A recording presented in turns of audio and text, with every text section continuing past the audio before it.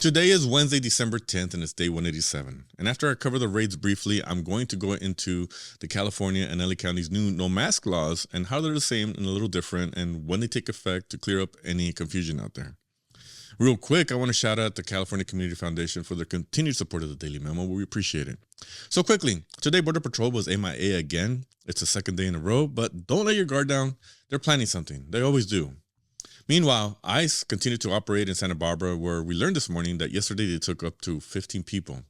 ICE also continued their almost daily presence in the areas of Montclair, Poway, San Bernardino, Fontana, Buena Park, and even Anaheim, mostly from their vehicles. So the mask bans, there's states, there's the local county ones now. What's the difference? How do they work? Well, get your notebooks out. I'm going to break it down for you. Basically, the LA County Board of Supervisors on December 2nd approved their own ordinance that is going to require law enforcement to not only properly identify themselves and their agency, but to also prevent them from wearing masks while on their duties, with a few exceptions, of course.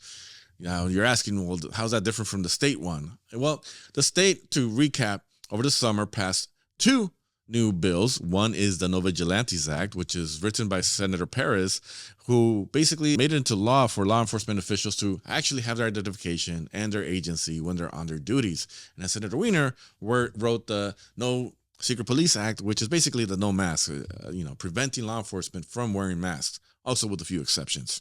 What the LA County Board of Supervisors did is basically combine those into a new ordinance.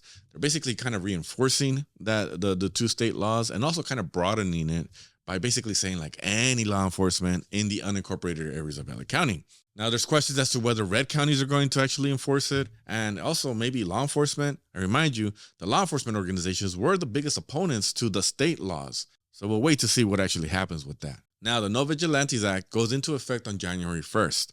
The No Masks one, the No Secret Police Act, that doesn't go into effect until July 1st of 2026. The County Board of Supervisors' new ordinance banning the mask and requiring law enforcement to identify themselves actually goes into effect January 1st. But to note that the County Board of Supervisors' new ordinance only affects unincorporated areas of LA County. If you don't know what that is, it's basically any area that is not affiliated with another government or has its own city government. It's like Lenox, right? Lenox doesn't have its own city government. It's also not part of the city of Inglewood.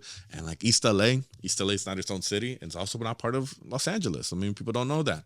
So those places are like places that fall under the jurisdiction of LA County.